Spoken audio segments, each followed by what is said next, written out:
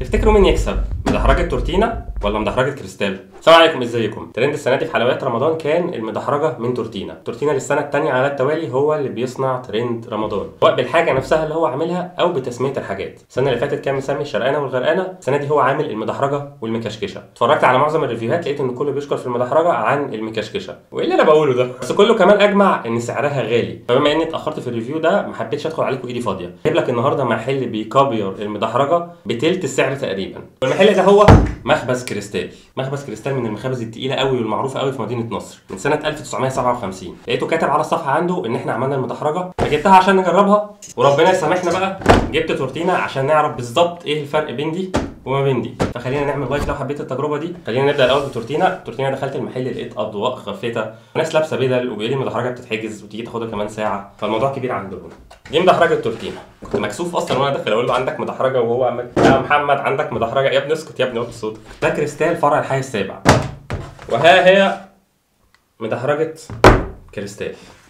الفرق في الاثنين كبير شويه. تورتينا تحسها ان معظمها كريمه، كلها حتى بتلعب كده لما بتهزها، فيها كور كتير، المفروض ان هي جواها كنافه، وفيها عين جمل، فيها عسل باين من فوق، فيها رشه فستق كتير جدا. كريستال فيها 7 كور كنافه. الكور هنا واضح ان هي كنافه، هنا تحسها متغلفه، ومفروض من الريفيوهات ان جواها كنافه. طبقه الكريمه في كريستال اكبر من تورتينا بحبه حلوين، بس هي فيها حاجه سودا كده من تحت، ساعات ده بقى عسل ولا بلح ولا يعني هنشوف دلوقتي. ورشه الفستق هنا يعني محترمه برده بصراحه، مش وحشه. الكنافه برده من هنا محطوط عليها فستق. ومدحرجه كريستال لا، ماسكه نفسها، الكريمه بتاعتها مش زي تورتينا.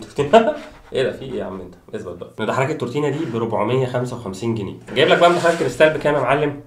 مدحرجه كريستال ب 150 جنيه بس، يعني انت تجيب 3 من دي بسعر واحده تورتينا من دي. بتتقطع بالسكينه ولا بتتقطع بايه بالظبط دي؟ التورتينا مش هتتقطع، يعني انا بحط فيها السكينه، هي كلها كريمه. خلينا نسكيب البارت ده، خلينا ندوق التورتينا الاول. الكور اللي موجوده من فوق، بسم الله،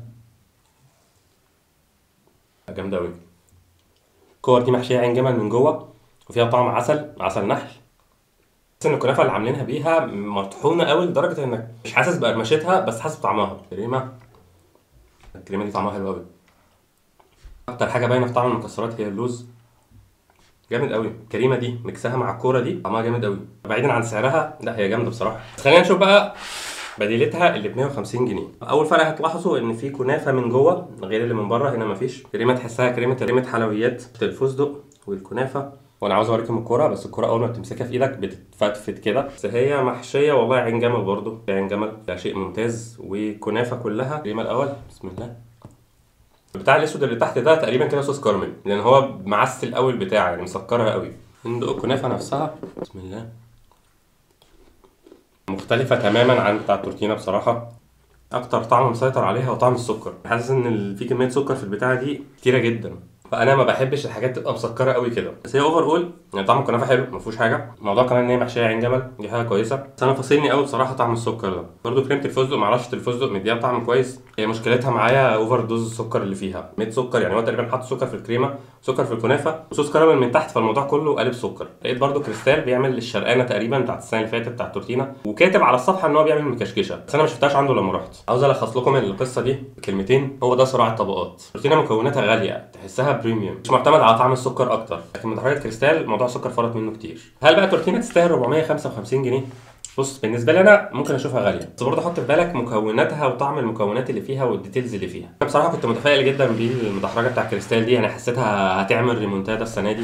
مدحرجه كريستال دي كانت من فرع الحي السابع، لان رحت فرع الرحاب الاول لقيت عندهم مدحرجه برضه، بس لقيت حاطط عليها جوز هند من فوق، ولقيتها ب 280 جنيه. فكلمت فرع الحي السابع قال لي هم نفس العيله، بس دي اداره ودي اداره، فلقيتها دي عندهم ب 150 جنيه. حجزتها ورحت استلمتها، وطلبت شويه حاجات كده تانية، لان بجد كريستال من المحلات اللي انا بحبها جدا جدا في المخبوزات. يعني انت خش بس عنده كده في قسم المخبوزات هتلاقي بص روايح وفينو ومخبوزات وبيتزات وحاجه جامده جدا بصراحه. ولو عجبتك التجربه دي يا ريت تعمل لايك للفيديو. حابب تشتري حاجه من على نون، دخل البروم كودز دي هتاخد خصم وتوصيل مجاني لحد باب بيتك. شكرا جدا ليكم، سلام.